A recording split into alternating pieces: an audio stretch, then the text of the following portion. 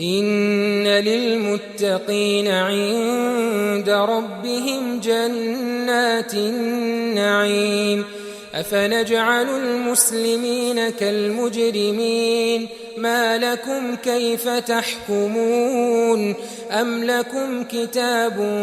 فيه تدرسون إن لكم فيه لما تخيرون أم لكم أيمان علينا بالغة إلى يوم القيامة إن لكم لما تحكمون سلهم أيهم بذلك زعيم أم لهم شركاء فليأتوا بشركائهم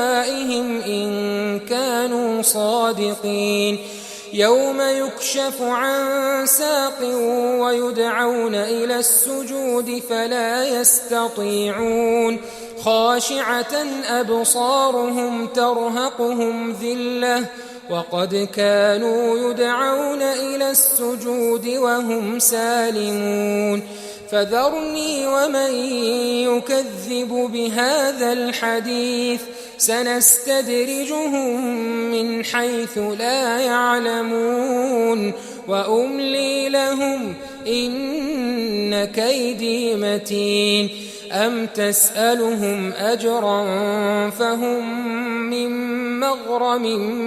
مثقلون أم عندهم الغيب فهم يكتبون فاصبر لحكم ربك ولا تكن كصاحب الحوت إذ نادى وهو مكظوم لولا أن تداركه نعمة